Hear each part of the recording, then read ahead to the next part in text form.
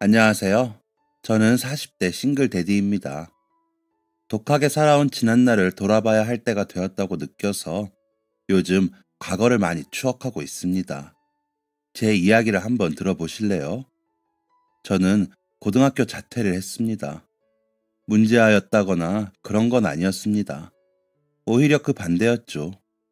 중학생 때 같이 어울리던 친구들이 있었는데 그 친구들과 같은 고등학교에 진학을 했었습니다. 착하고 좋은 친구들이라고 생각했는데 고등학생이 되고부터 나쁜 행동을 하기 시작하더라고요. 술, 담배는 기본이었고 반 애들을 괴롭히기도 했습니다. 저희 아버지가 선생님이셨습니다. 저희 학교는 아니었고 다른 남자 고등학교의 학생주임 선생님이셨어요.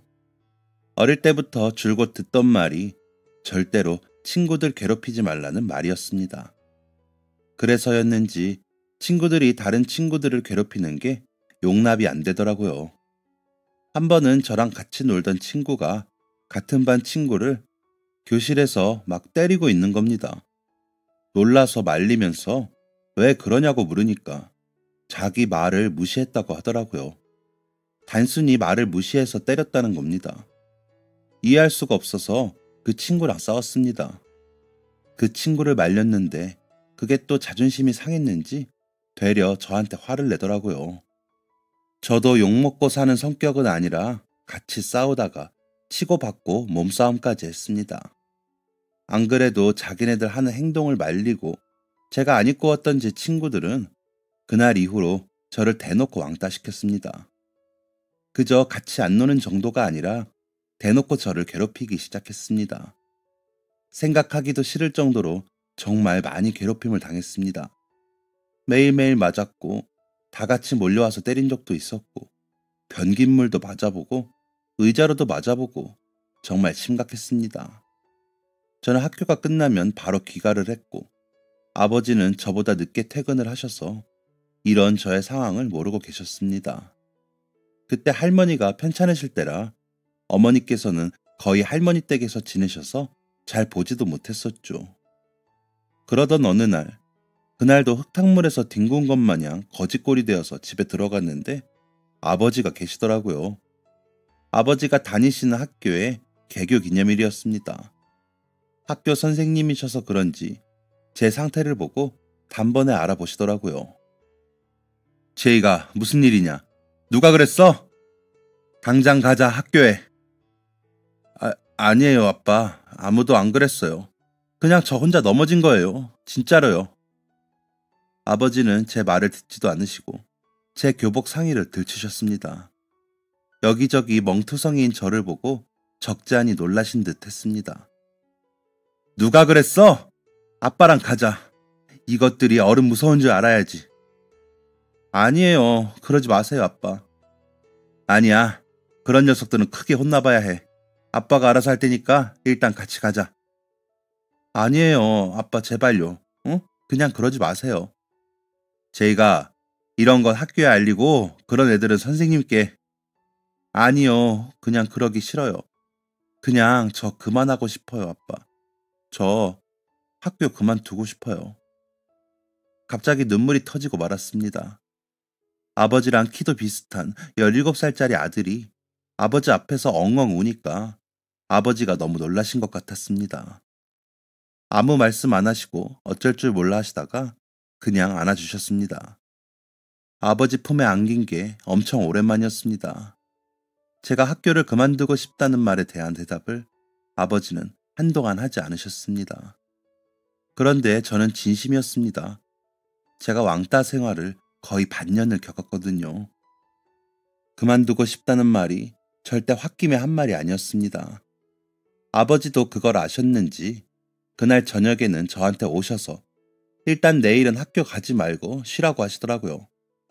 그래서 학교 이틀 빠지고 주말까지 아버지가 생각하시더니 그렇게 하라고 하셨습니다.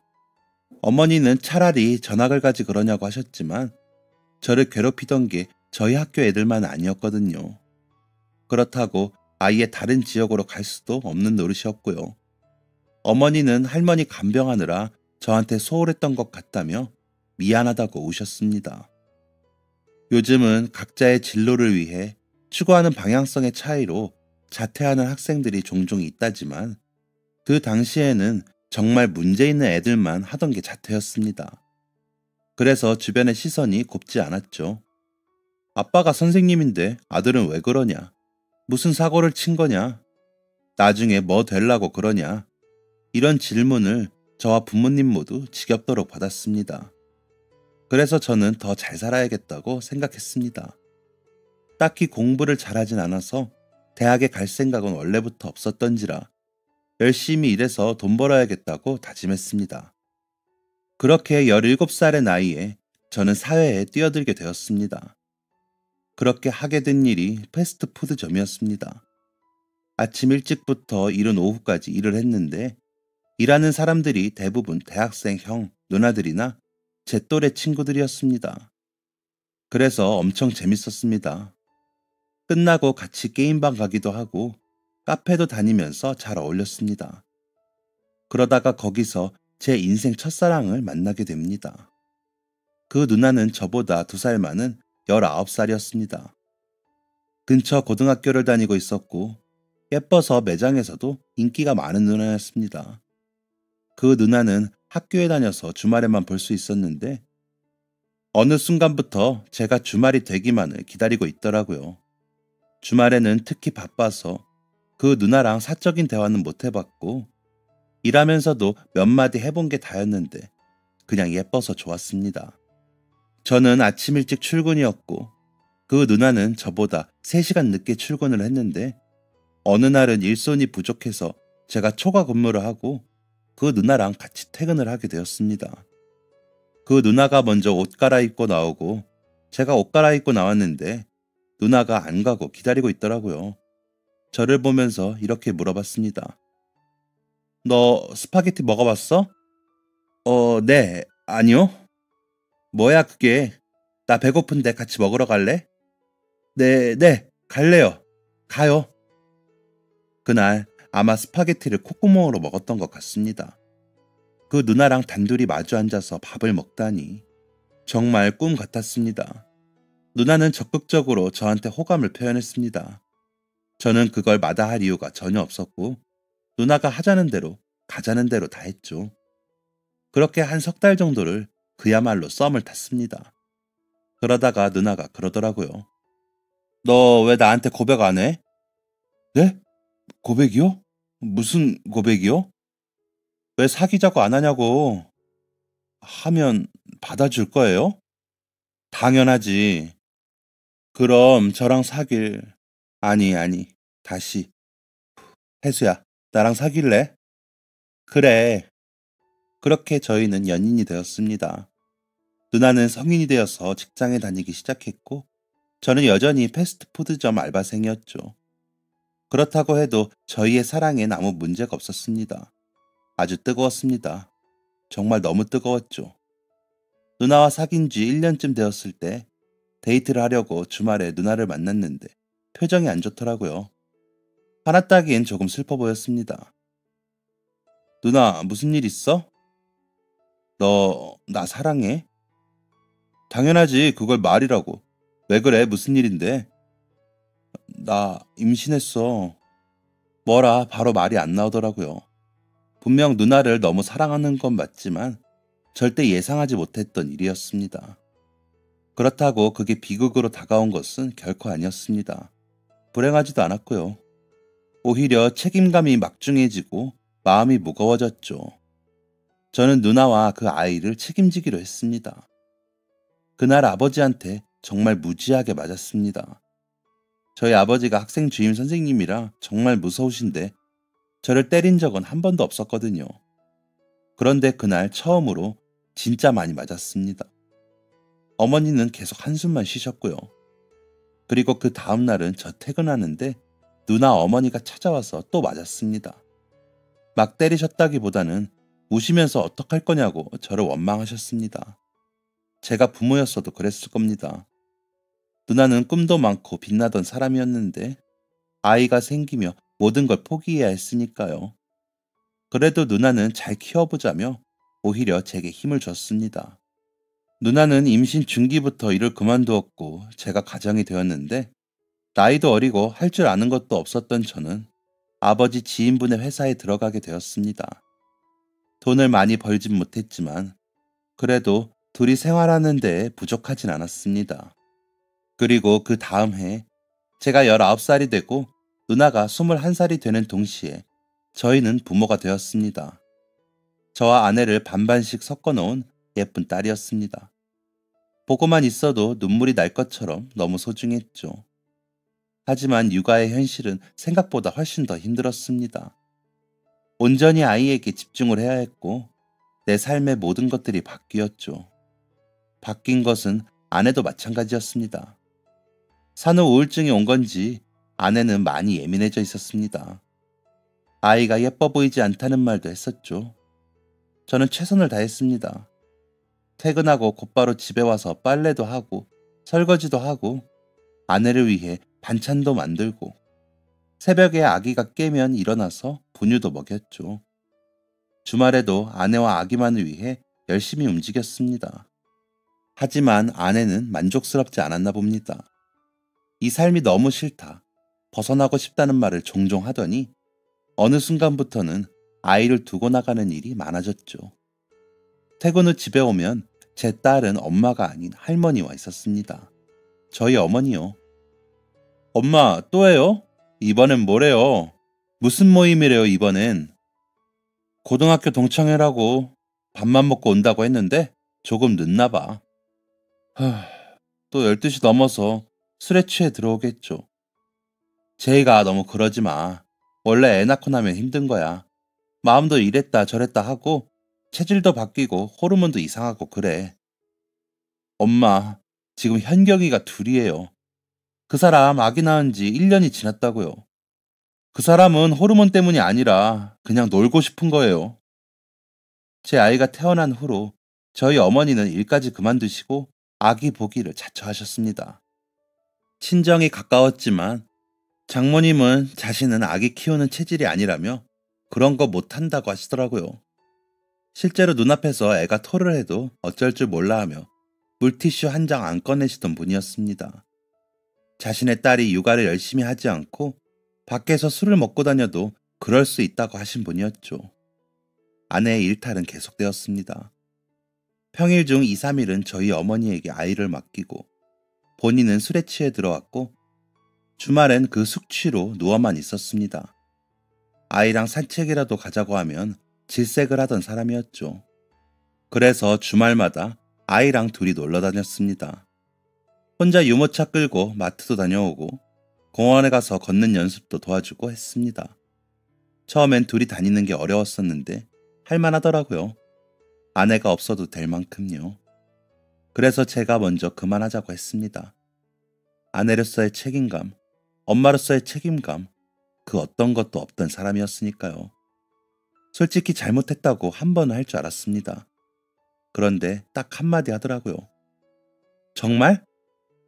기다렸다는 듯이 말했습니다. 서운함, 화남, 슬픔, 그런 건 하나도 없었고 제가 그 말을 하기만을 기다린 사람 같았습니다.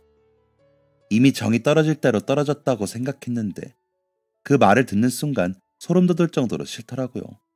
그렇게 저는 싱글 데디가 되었습니다. 결혼 후 살던 집은 정리했습니다. 다시 부모님이 계신 집으로 들어가서 살게 되었죠. 이혼한다고 했을 때 아버지한테 맞아 죽진 않을까 걱정했지만 의외로 별 말씀 안 하셨습니다. 그간 며느리가 손녀에게 소홀했다는 걸 아셨던 거죠. 그리고 그와 더불어 이미 저라는 사람에 대한 기대감이 없어 실망도 안 하신 것 같았습니다. 아버지의 눈빛에서 이 녀석이 그렇지 뭐 라는 게 읽혀졌습니다. 실제로 그런 말을 하신 적은 없으셨습니다. 그저 제 자존감이 낮고 열등감이 있어서 그렇게 보였습니다. 제 뒤엔 항상 아버지가 계셨습니다. 그냥 아버지가 아니고 교육자 아버지요. 어딜 가나 아버지 얘기를 했습니다. 아버지가 선생님이니까 공부를 잘하겠구나. 성적은 얼마나 나오니? 원래 교육자 부모 밑에서는 교육자 자식이 나온다던데. 이런 말들을 들으면 저 항상 주눅이 들었습니다. 아버지라는 벽을 뛰어넘을 수 없을 것 같았죠. 저는 저 나름대로 괜찮은 사람이라는 걸 보여주고 싶었습니다. 고등학교도 자퇴하고 19살에 아이 낳고 결국 이혼해서 부모한테 뒷바라지 시키며 기생하는 자식이 되고 싶진 않았습니다. 제가 마음고생 시킨 만큼 호강시켜드리고 싶었고 제가 사랑하는 제 딸에게도 더 나은 아버지가 되고 싶었죠. 그때부터 저는 돈을 모으기 시작했습니다. 진짜 이 악물고 모아보자 했죠. 모아서 뭘 할지는 생각도 안 했습니다. 그저 저에게 주어진 하나의 숙제처럼 했습니다. 돈을 모으다 보니까 하고 싶은 일이 생기더라고요. 제 모든 신경은 일과 아이에게 집중되어 있었습니다. 아이를 키우면서 느낀 건데 사람이 살아가는 데 필요한 것들이 정말 많더라고요. 작게는 먹는 것, 식기 도구, 씻는 것부터 해서 수십 개의 옷, 침구, 그리고 책상, 의자, 침대 등등 가구까지요. 정말 작정하고 사주려고 하면 끝도 없이 돈을 쓸 수가 있겠더라고요. 아버지가 저한테 소개해 주셨던 지인분의 회사는 가구 브랜드였는데 저는 거기서 영업일을 했습니다. 매장들 돌아다니면서 관리하고 백화점이나 행사에 들어가는 거 관리하는 일이었죠. 영업을 하려면 제가 가구를 직접 만들지 않아도 심지어는 만드는 걸 본 적이 없어도 다 아는 척을 해야 했습니다. 그래서 가구의 종류, 쉐입, 목재, 조립 방법 등을 세세하게 외우고 타사의 것도 공부해서 비교해서 알려주고 했습니다. 그때는 MD 파트가 따로 없어서 영업 나간 사람들이 백화점 가구 위치 조정하고 행사장 꾸미고 했었는데 그러면서 자연스레 가구와 디자인에 관심을 가지게 되었습니다. 저는 스펙도 없고 경력도 없으니까 제 위치에서 열심히 하자라는 마인드로 일을 했고 그러다 보니 좋은 기회가 주어졌습니다. 다른 회사에서 이직 제안이 들어왔습니다. 기존의 회사처럼 가구를 취급하고 있었는데 작은 가구들과 함께 소품도 취급을 하고 있었고 실내 인테리어까지 하는 회사였습니다. 생긴 지 그리 오래되지 않은 곳이었는데 연봉을 많이 주더라고요. 더 트렌디한 느낌이 있기도 했고 많은 것을 경험해보자 하는 마음에 이직을 했습니다. 24살에 대리 달고 인테리어 회사를 다니게 되었죠. 제가 키도 크고 덩치도 좀 있습니다. 생긴 것도 투박하고요.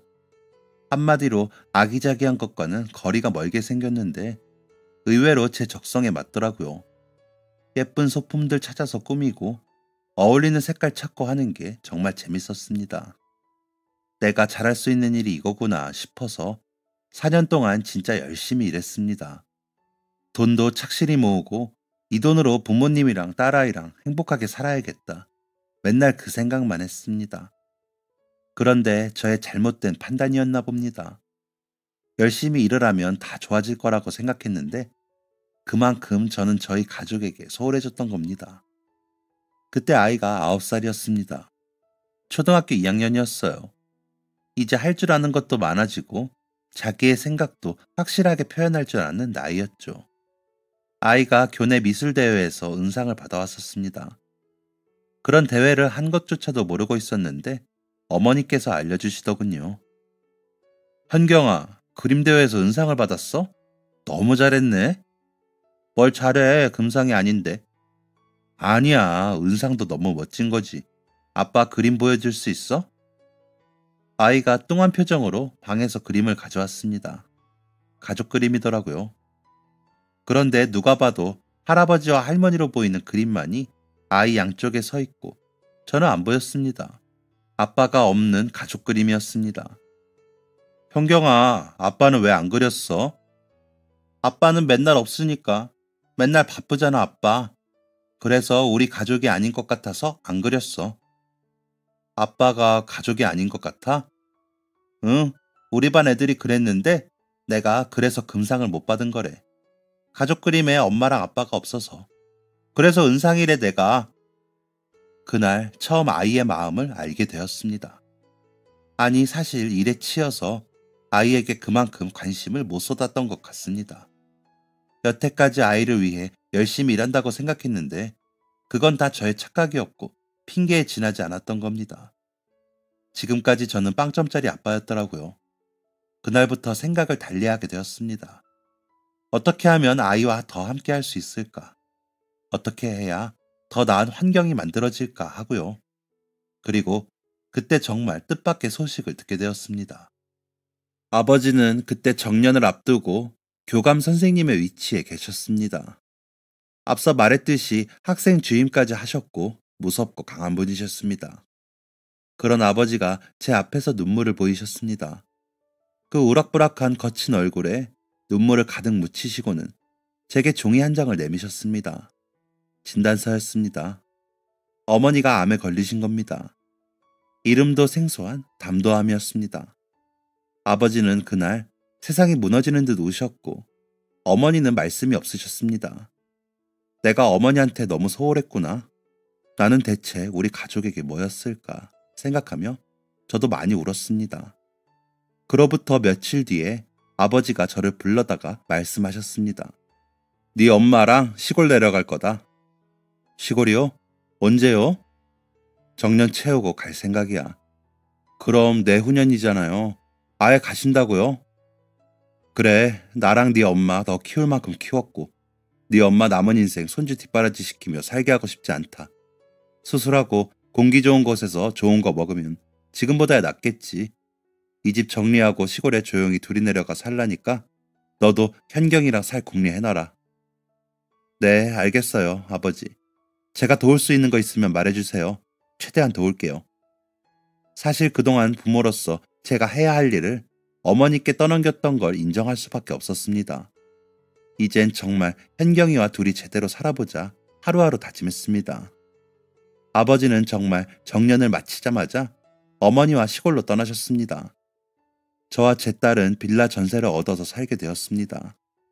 아이가 이제 4학년이라 학교도 혼자 가고 학원도 혼자 갈 정도라서 그나마 마음이 놓이긴 했지만 딸 가진 부모라면 아이가 몇 살이든 성인이라고 해도 마음이 놓이지 않는 것이 현실이었습니다. 일하다가도 몇 번씩 집에다가 전화해서 잘 있냐고 물어보고 뭐 하냐고 물어보고 문 잘 잠궜냐고 물어보고 그랬죠. 그러던 어느 날은 아이가 학원 끝나고 집에 있을 시간이었습니다. 저는 퇴근을 앞두고 있었고 밥은 먹었냐고 물어보려고 전화를 걸었죠. 그런데 아이가 받자마자 울더라고요. 아, 아빠. 현경아, 왜 그래? 무슨 일이야? 아빠, 나 너무 아파, 아빠. 아빠. 바로 전화를 끊고 집으로 달려갔습니다. 같은 팀 직원한테 집으로 경찰 불러달라고 하고 퇴근 시간도 안 되었는데 냅다 달렸죠.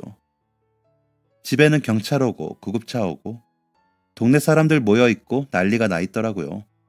가슴이 머리에서 뛰는 것처럼 정신을 못 차릴 정도였는데 막상 집에 들어가서 본 딸의 얼굴은 너무나 멀쩡했습니다. 옆에 있던 경찰이 저에게 물었습니다.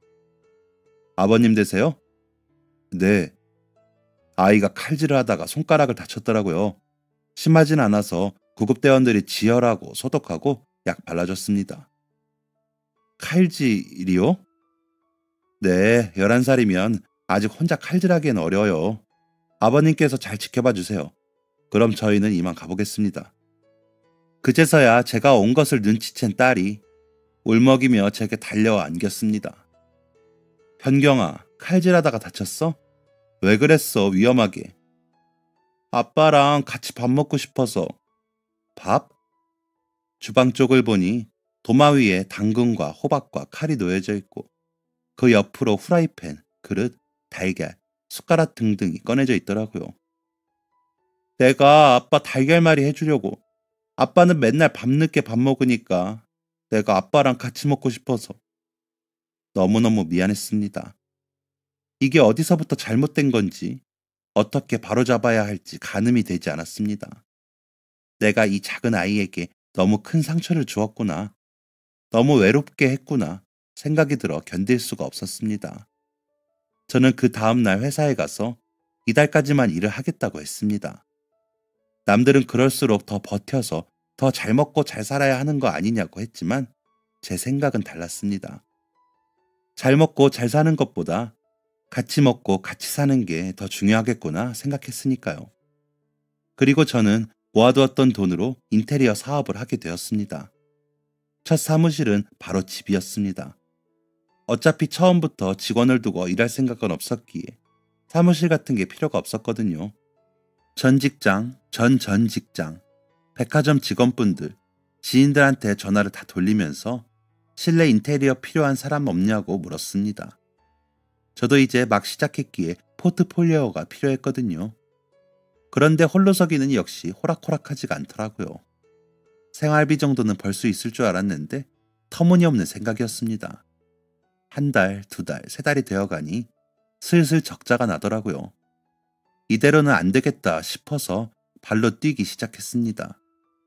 뭐 파는 회사인지 가리지 않고 가서 MD들 만나서 매장 실내 인테리어 필요하지 않냐고 명함 돌리고 웨딩홀도 가보고 백화점도 가보고 그냥 제가 명함 돌릴 수 있는 곳은 전부 다 갔습니다.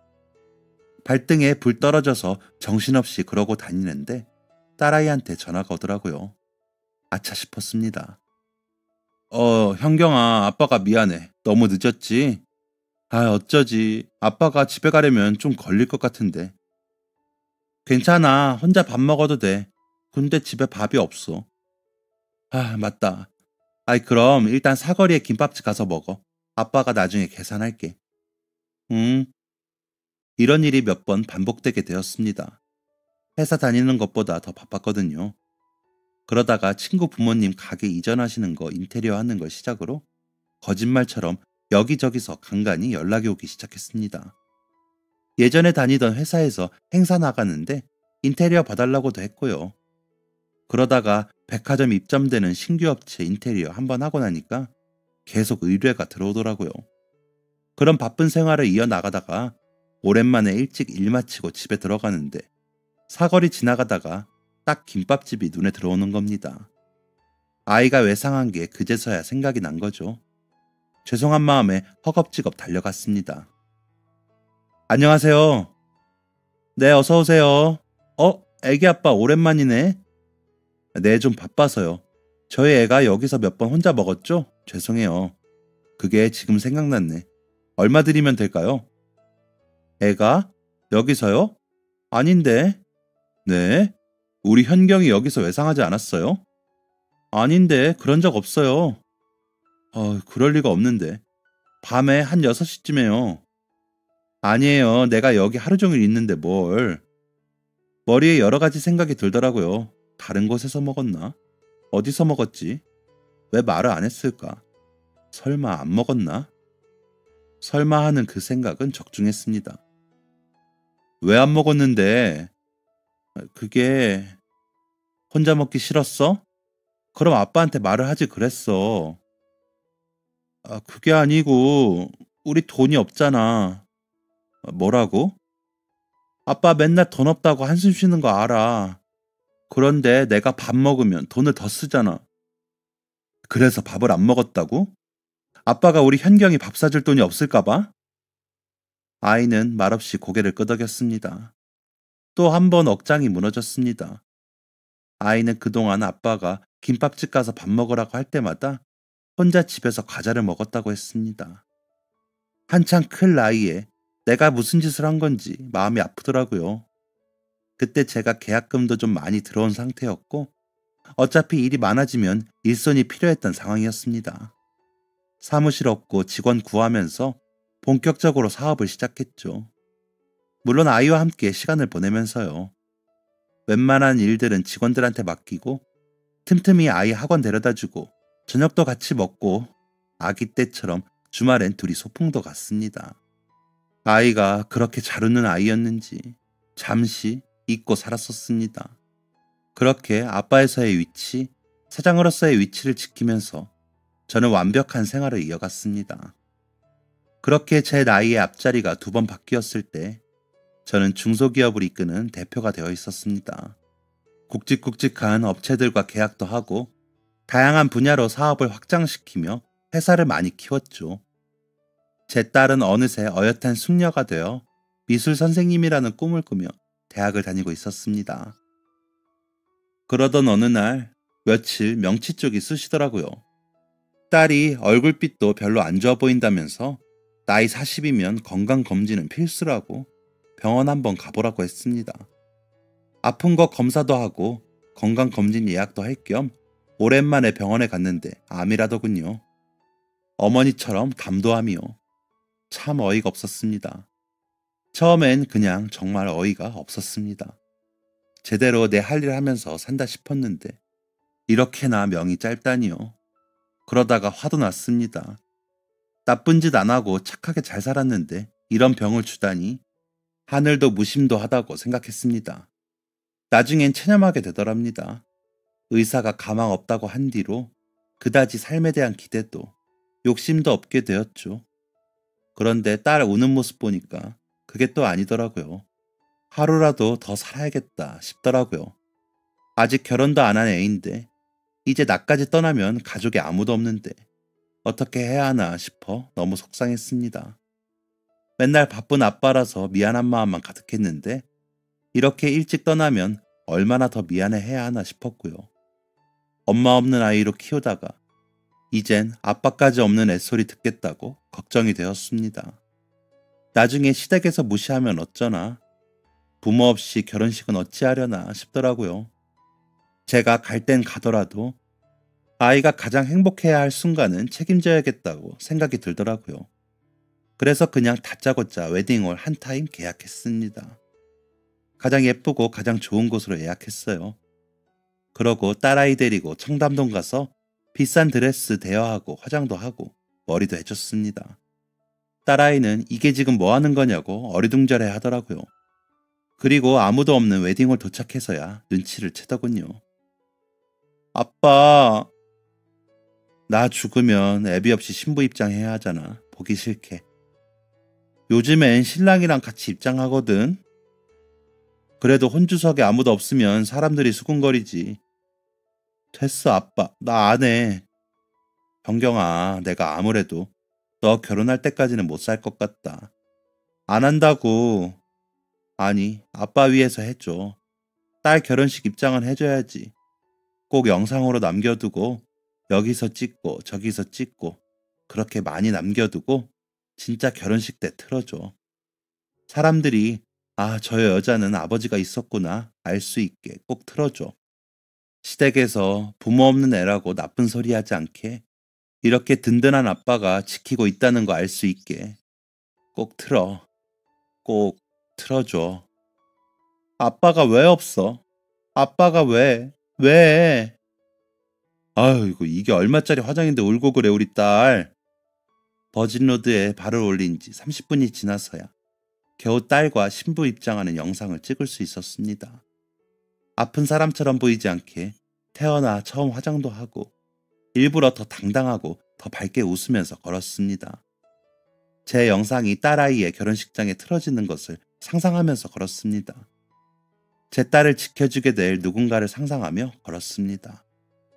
그렇게 못난 아빠로서 딸아이에게 마지막 선물을 전해줬습니다. 그로부터 지금 1년이 지났습니다. 선생님이 되겠다던 딸은 대학교를 자퇴하고 저희 회사에서 일을 배우고 있습니다.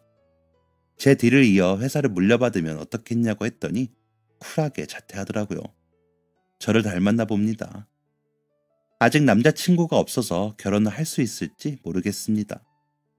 저는 점점 증상이 악화되고 있는 상태지만 어떻게든 더 살아보려고 식단 조절하며 아주 조금씩 운동도 하고 있습니다.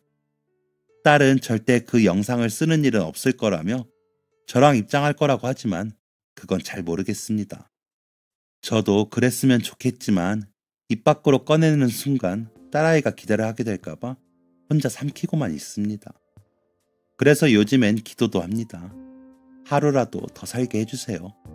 딸아이 남편감이라도 보고 죽게 해주세요. 이렇게요.